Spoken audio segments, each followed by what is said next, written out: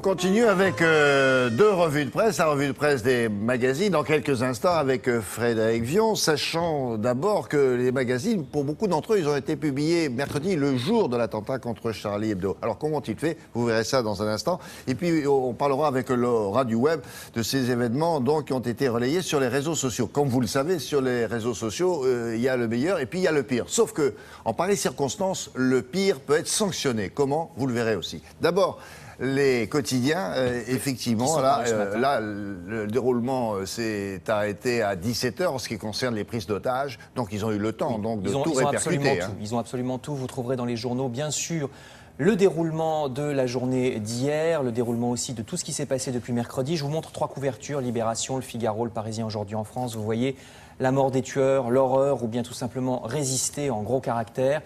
Également dans tous ces journaux, des portraits des terroristes qu'on commence à connaître un petit peu plus. Vous apprendrez par exemple que Hamedi Koulibaly avait été qualifié par les psychiatres d'immature et psychopathe, un homme très rudimentaire dans la motivation de ses actes, c'est-à-dire en bon français un imbécile. Pourtant, lors de ses passages en prison, il était un détenu modèle, bien noté, il avait passé son brevet de secouriste. Quel incroyable paradoxe. Imbécile, ce n'était pas un jugement, c'est une définition dans le domaine psychologique. Voilà. Tout à fait. Il avait passé son brevet de secouriste, ce qui est quand même incroyable. Et dans Le Parisien, vous lirez que, au contraire, Saïd Kouachi, lui, était plus évident dans son comportement. Quand il travailla au service municipal de propreté de Paris, il posait problème sur problème, ingérable, refusant de serrer la main aux femmes. Il avait fini par se faire renvoyer. Le problème, c'est qu'il y a des dizaines de profils semblables, je cite Le Parisien, dans les services de la propreté de Paris. Je vais passer à des articles plus polémiques. D'abord, dans Libération, il y a beaucoup de témoignages rassurants, des gens qui soutiennent Charlie Hebdo, bien sûr. Mais il n'y a hélas pas que ça. Écoutez par exemple ce témoignage, c'est un monsieur qui s'appelle Xavier, qui dit qu'il n'ira pas à la marche de demain, mais écoutez surtout ses motivations. Ma femme est musulmane, on n'a pas envie qu'elle ait des problèmes avec sa famille. D'ailleurs, j'estime, dit-il, que Charlie Hebdo était allé trop loin, fermez les guillemets. Toujours dans Libération, écoutez ce que dit John Rachid, un humoriste. Certes, ils ont le droit de faire des caricatures à Charlie Hebdo. Si on n'est pas d'accord, on n'a qu'à pas regarder. Mais je n'arrive pas à rigoler car c'est quand même blasphématoire, dit-il. Il utilise le mot blasphématoire.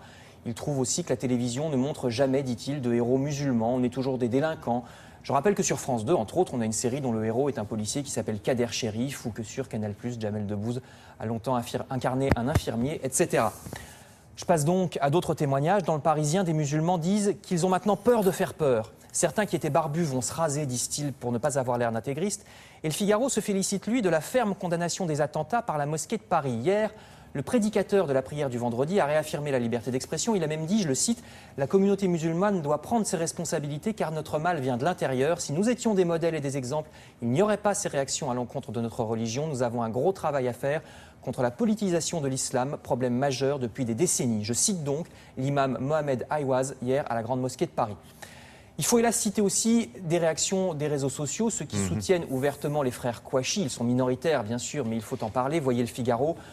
Plusieurs voix, dont des imams, trouvent qu'on n'a pas fait assez contre les sites internet extrémistes. Une loi est seulement en train d'être mise en place pour poursuivre les gens qui délirent sur Twitter ou sur Facebook. Je vous cite encore un journal canadien, le journal La Presse, qui s'étonne, lui, de la frilosité de certains médias. Au Canada, en gros, les médias francophones ont publié les caricatures qui sont sorties dans Charlie Hebdo, mais les médias anglophones ne les ont pas publiées, considérant que ce serait une provocation inutile.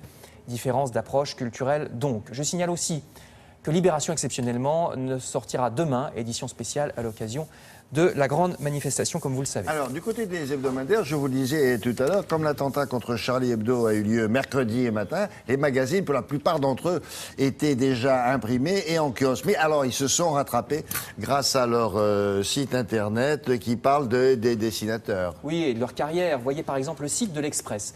On a du mal à réaliser, même 3 jours après, qu'on ne reverra plus Volinsky, Cabu, les deux plus connus d'entre eux, mais aussi Charb et Tinius, dans l'ordre sur cette photo. Il y a deux générations, Volinsky et Cabu avaient 80 et 76 ans, Charb et Tinius 30 ans de moins.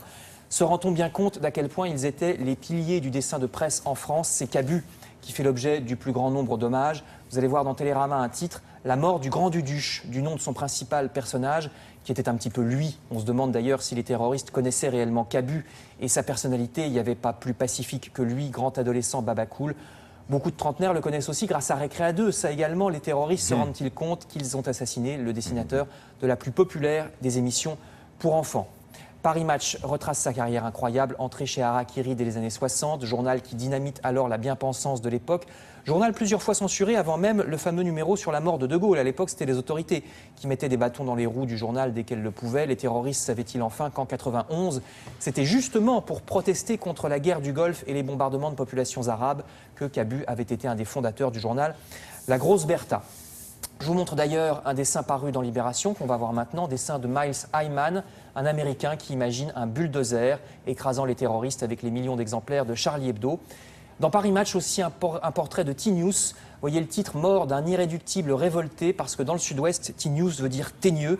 C'est pour ça qu'il avait choisi ce pseudo. De son vrai nom, c'était Bernard Verlac, un trait de crayon lui-même teigneux d'ailleurs.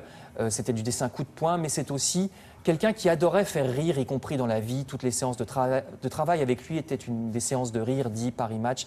Il essaye toujours de réconcilier les collaborateurs de Charlie Hebdo qui s'engueulaient beaucoup entre eux. C'était le but du jeu, entre autres. Hein, c'était toujours comme ça. Oui. C'était très long et souvent amusant, mais parfois ça cognait. T-News, c'est sa grand-mère qui l'appelait comme ça. Oui, l'appelait Teigneux.